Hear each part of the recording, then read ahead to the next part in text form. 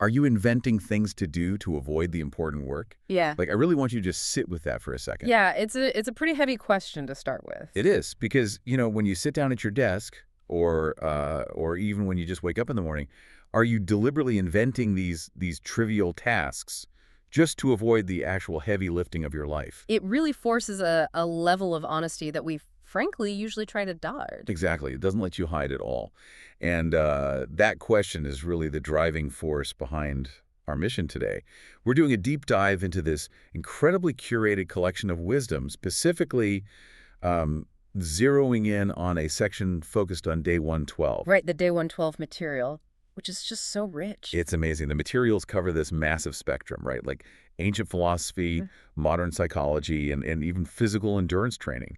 And it's all to explore what it actually takes to, uncover self-knowledge, to stay present, and to find the sheer courage to just begin. Just to start the work. Yeah.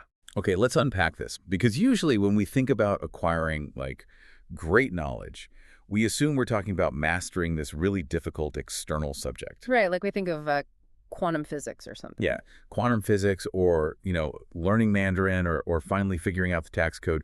We treat knowledge as this accumulation of external facts. Like a data download. Yeah. We just assume that, the more data we force into our brains, the wiser we somehow become.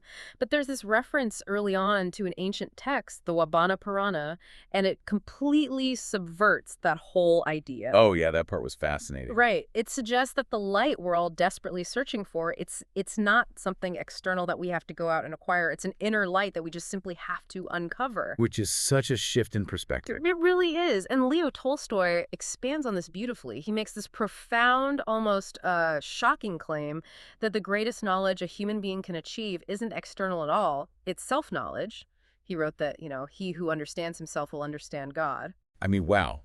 That feels like a massive, almost intimidating claim, right? Oh, totally. The idea that looking inward isn't just some, exercise in narcissism. It's the literal prerequisite for understanding the entire universe. It is extremely intimidating. And honestly, that's exactly why we avoid it. There's this brilliant 1-minute parable from Anthony de Mello included in the sources that just perfectly captures this avoidance. Well, the one with the disciples. Yes, exactly. So in the story, this group of disciples are having this heated debate about what the absolute hardest spiritual task is.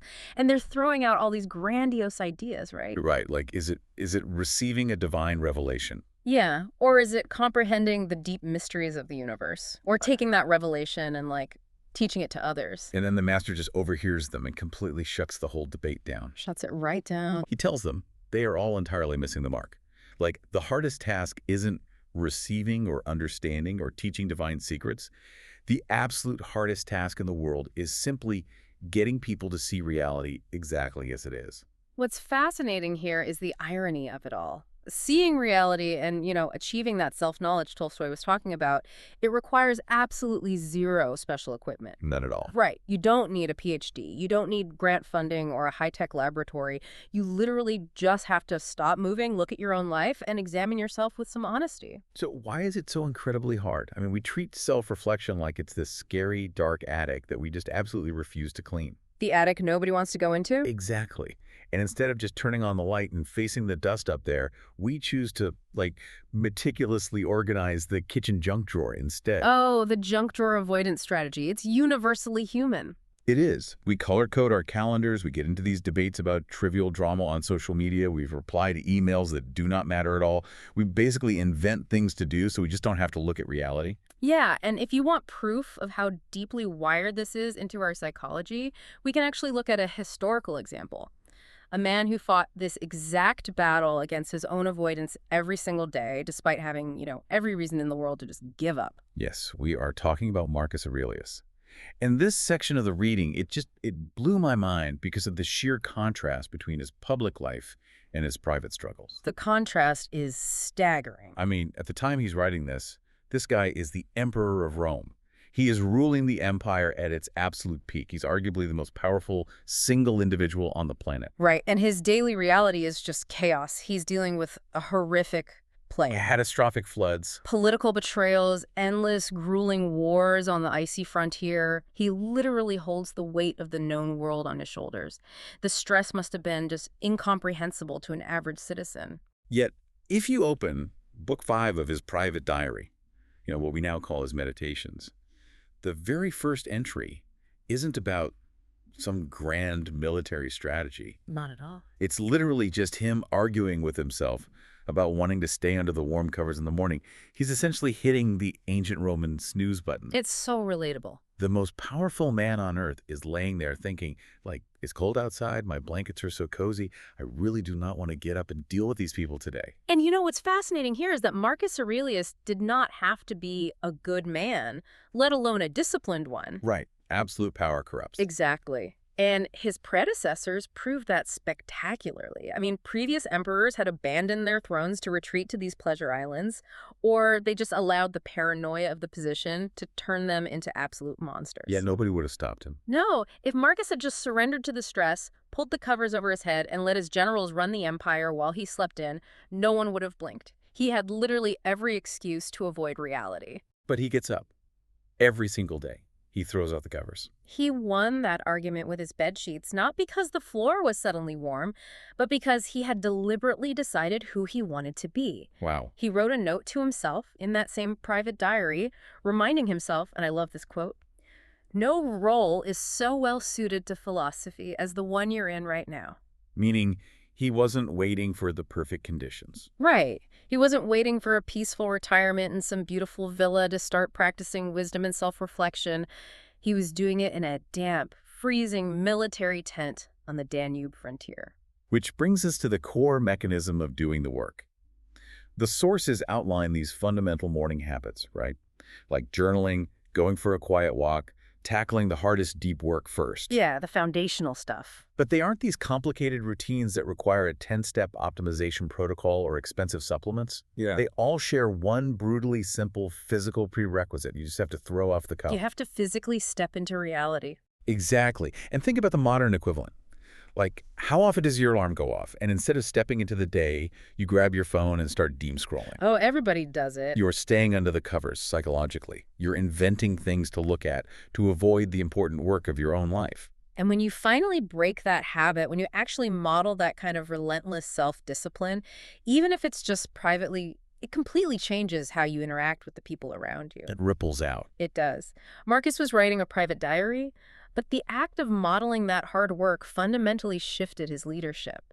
And this idea of modeling over mandating provides this really profound framework for how we manage relationships today. Here's where it gets really interesting and honestly a bit uncomfortable. Oh, definitely uncomfortable. Because we transition from the self-discipline of an emperor to the very messy reality of modern parenting and leadership.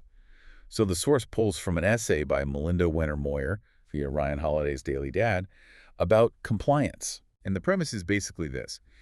Kids, or even employees, who are always completely respectful, constantly compliant, and perfectly obedient, might actually just be terrified of you. It's a deeply jarring thought for anyone in a position of authority. I mean, we are so conditioned to view compliance as the ultimate metric of success. I really have to push back on this, though. Like, a meltdown in aisle 4 of the grocery store does not feel like a beautiful expression of trust. It really doesn't. It feels like a complete breakdown of boundaries. If my kid isn't throwing a tantrum, or if my team at work is just quietly executing tasks without arguing, I feel like I'm winning. So, are we seriously saying that tantrums and insubordination are a good thing? It absolutely looks like a breakdown on the surface. But let's examine the underlying psychology of that grocery store meltdown for a second. Okay, let's do it. When a child is perfectly compliant 100% of the time, we have to ask what is actually driving that behavior. And often that perfect compliance is born of fear, not trust. Fear of what, exactly? Well, the child might be operating under the anxiety that your love or your protection is entirely conditional on their perfect behavior. Like if they step out of line, they fear abandonment. Oh, wow. So they're just walking on eggshells. Precisely. They're terrified. Now, look at the child who pushes boundaries. When a toddler melts down, or, when a teenager furiously argues with you, they are essentially running a stress test on the relationship. A stress test. Yeah, they are communicating something incredibly vulnerable. They're saying, I believe you will not abandon me for this. They are testing the structural integrity of your unconditional love. Man, Uh, I believe you will not abandon me for this. That entirely reframes the experience. It really It does. changes a tantrum from a failure of discipline into a very messy demonstration of trust. And Dr. Meg Meeker's insights are brought in here to sharpen this whole psychological framework. She points out that good parents, and honestly, the exact same rule applies to good leaders in a corporate setting, they don't rely on a command and control model. Right. They aren't dictators. Exactly. They don't demand obedience through intimidation or the threat of withdrawal. Instead, they do exactly what Marcus Aurelius did. They model the hard work. Visibly doing the right thing. Yes. They do the hard discipline thing visibly, and then they simply invite the child or the team to participate in that reality. It's an invitation to a standard rather than a threat of punishment. That's a great way to put it. There is a quote highlighted in the text that distills this perfectly. It says, "Obedience without trust is just fear with better posture." Fear with better posture. Yeah. That is brutal. It hits hard, doesn't it? Because you see that everywhere. You see it in corporate boardrooms where nobody wants to give the CEO the bad news. They just sit up straight, they nod, and they agree, completely terrified to speak reality. Because true trust requires the presence of safety within conflict, not just the absence of conflict. Wow, that's huge. Safety within conflict. Yeah. Whether it is a child having a meltdown, a soldier speaking an uncomfortable truth to a commander, or a junior employee pointing out a major flaw in a project, that friction only happens because the person believes the relationship is strong enough to handle the weight of the truth. So to synthesize where we are right now, we need to stop avoiding reality. We need to physically throw off the covers, put the phone down, and get out of bed. Yes. And we need to build environments of deep trust where people actually feel safe enough to drop that good posture of fear. We know all of this intellectually, right? Most of us do, yeah. So why do we constantly postpone doing it? The materials point out this major blind spot we all have. We delay the important work because we operate under the delusion that we have an unlimited supply of tomorrows. The illusion of infinite time. It's basically the greatest enabler of the kitchen junk drawer strategy. Right. And to shatter that illusion, we get this incredibly sobering story from Ryan Holiday's Daily Stoic. He talks about receiving an email from a friend on a Friday afternoon. Such a heavy story. It really is. Yeah. He saw the notification, noted that he was busy, and just told himself, you know what, I'll give this a proper response on Monday. But by Sunday, that friend had unexpectedly died of a heart attack. Just gone. The email was never answered, and the text connects this directly to the ancient Stoic practice of memento mori, which is the conscious practice of remembering your own death. Yes. But I really struggle with this concept, I'll be honest. The story about the unsent email is heartbreaking, sure, but the idea of walking around consciously reminding myself that I am going to die and everyone I love is going to die. How do you practice that without spiraling into massive existential panic? Doesn't it just paralyze you? That is the most common resistance to the concept, and it's completely understandable. It sounds incredibly morbid. But let's break down the actual psychological mechanism of what happens in the brain when you genuinely confront your own mortality. Okay, I'm listening. Memento mori does not cause panic. It actually cures it. Wait, really? Because panic and existential anxiety are almost always forward-looking emotions. They are attached to trivial futures. We worry about a career hiccup or an awkward social interaction or a delayed project. Right, we panic about the small stuff. Yes. But mortality is an absolute limit. When you introduce an absolute limit to your brain, it instantly drops the trivial and locks onto the present. Oh, I see. If we connect this to the bigger picture, it acts as the ultimate clarifier. When you hold in your mind the reality that the person sitting across the dinner table from you could leave this earth at any moment, your perspective violently shifts back to reality. You stop scrolling on your phone. Exactly. You stop worrying about office politics. You reply to the email on Friday. It forces you to stop inventing things to do because you realize you literally don't have the time to waste on inventions. And Ralph Waldo Emerson captures the lighter, sort of more beautiful side of this mechanism. He argues that to the attentive eye, every single moment has its own distinct beauty. Every hour presents a picture that was never seen before and will literally never be seen again. Because the universe is constantly shifting. Every single moment is entirely unrepeatable. Right. So to sleepwalk through your day, To stay under the covers or to half listen to your child while checking your phone, it isn't just a neutral act. It is an act of loss. An act of loss. And those small, unrepeatable losses accumulate hour by hour into the massive tragedy of a life unlived. Which brings us to the ultimate example of someone who refused to leave their life unlived. Sojourner Truth. Her quote is just incredible. There is a quote from her in the text that absolutely stops you in your tracks. Facing the end of her life, she said, "I'm not going to die. I'm going home like a shooting star." It is a statement of just fearless beauty. Think about the weight of who is saying that. This is a woman who survived the unimaginable horrors of slavery, who physically walked to her own freedom, and then spent decades fighting tirelessly for the humanity of others. She gave everything. She lived so fully, so completely engaged in the brutal and beautiful reality of the present moment, that she had earned the right to face the end without even a flinch. She reframed death not as an erasure, but as a homecoming, because she never once postponed her life. Her life really proves the core argument being made about presence.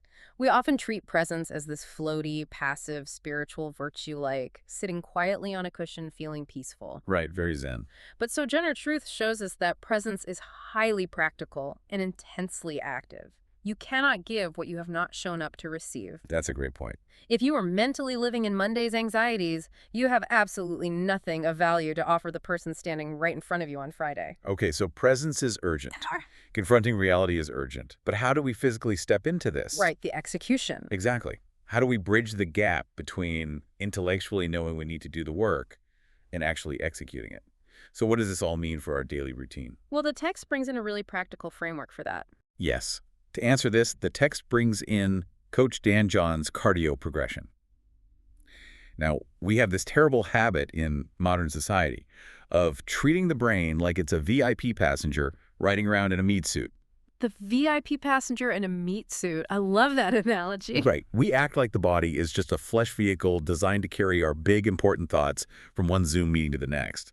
And the flaw in that modern thinking is so obvious. Because if the meat suit breaks down, or if you just leave it parked in the garage all day, the VIP isn't going anywhere. The mind stalls out. Exactly. The body isn't just a taxi. It is the actual medium of the mind. Yeah. So Dan John lays out this fitness progression, things like power walking, then moving up to rucking with weights and eventually sprint endurance. Yeah. But the foundational metric he uses is simultaneously hilarious and profound. He asks, is your heart beating? Then you are doing cardio. It completely democratizes the concept of doing the hard work. You don't need to go out and run an ultramarathon to start. You just start exactly where you are. And this maps perfectly onto our intellectual and emotional lives too. It absolutely does. The Stoics fundamentally understood that the body and mind are inseparable. They didn't view a brisk morning walk as some quick physical warm-up before sitting down to do the quote-unquote real intellectual work at a desk. No, the walk was the work. Exactly. To them, the walk was the work. They believed that all truly great paradigm-shifting thoughts are conceived while the body is in motion. That makes so much sense. Philosophy doesn't just happen above the neck. It happens in the whole creature, a creature that gets cold, that grows tired, that needs to physically move to process the friction of the world. Going back to Marcus Aurelius, he wasn't just a guy sitting in a library with a scroll. He was a soldier on horseback. He was physically engaged with the elements. And Mahatma Gandhi echoed this exact sentiment centuries later when he said, "An ounce of practice is worth more than a ton of preaching." Oh, that's good. The physical act of moving your body through the world is you in your most honest, undefended state. Dan John's cardio ladder is really just a brilliant metaphor for life. Is your heart beating? Yes. Then begin. Don't wait until you're perfectly optimized or have the perfect shoes. Just start power walking through your daily problems. Start where the friction is lowest. Then, as you build endurance, you add weight gradually. Like rucking. Exactly. Maybe you start rucking with a heavy pack, which is the physical equivalent of tackling heavier, more difficult questions in your morning journaling, or finally having that really difficult conversation with a partner. Building up that emotional muscle. You learn to read your own signals. The goal isn't achieving elite status immediately. It's about showing up consistently and proving to yourself that you can handle the weight. And crucially, you don't have to carry that weight alone forever. The text brings in this incredible African proverb to anchor the physical work. To go fast, go alone. To go far, go together. Such a powerful proverb. If you are building for endurance, you need company. Endurance requires a tribe. The marathon runner needs pacers to keep their rhythm. The philosopher needs intellectual sparring partners to debate with. The parent needs a community to normalize the absolute chaos of raising kids. Right. We can't do it in isolation. But for that community to hold together over the long, arduous distances of a human life, it requires exactly what we were talking about earlier. Deep, unshakable trust. The kind of trust that survives conflict. It really all connects back beautifully. Let's recap this incredible journey for everyone listening, because we have covered a lot of ground today. We really have. We started with the Wabbana Purana, the ancient wisdom, reminding us that the light we seek isn't external. It's an inner self-knowledge that we uncover by actually facing reality. Right. But to face reality, we have to stop inventing trivial tasks. Yeah. We have to win that daily argument against the snooze button and the doom scroll, just like the Emperor of Rome battling his blankets. Yes. We have to recognize that when our kids or our teams push back and misbehave, they might be handing us a profound, messy demonstration of trust. And we have to reply to the email on Friday using our own mortality not as a source of panic, but as a lens to focus on the unrepeatable beauty of right now. Exactly. And we have to physically move our bodies into the world and begin the work, adding weight only as we build the strength to carry it. It is a massive, incredibly practical call to action. It is. And the source material offers one final, striking piece of guidance on how to focus your energy for all of this. It's an old Spanish proverb. Lo que no has de comer, déjalo correr. And what's the translation on that? Translated literally, it means, what you are not going to eat, let it go. Oh, I really love the imagery of that. It's a vital reminder not to expend your very finite, precious daily energy on what is not yours to consume. Right. Stop fighting battles that don't belong to you. Stop organizing the junk drawer. You have to focus. The important working, the self-examination, the showing up for your kids, the physical presence. It isn't distant, and it doesn't require a master's degree. No, it doesn't. It is available to you right now, in the body that is already breathing. As the text bluntly reminds us, you did not wake up today to be mediocre. You did not wake up today to be mediocre. Yeah. What a line to carry with you. And that brings us right back to the beginning. The real work is waiting. So we want to leave you with one final thought to chew on as you go about your day, building on everything we've explored. And I talked about Marcus Aurelius writing in his private diary, literally just arguing with himself about getting out of warm bed and how those private, seemingly mundane thoughts accidentally became a survival manual for millions of people centuries later. Right. So think about this. If the things you are actively avoiding right now, or the silent private choices you're making every single morning when your alarm goes off, if those were published 2,000 years from now, Yeah. what philosophy would your private life teach the future? Wow. Thank you for joining us on this deep dive. We'll catch you on the next one.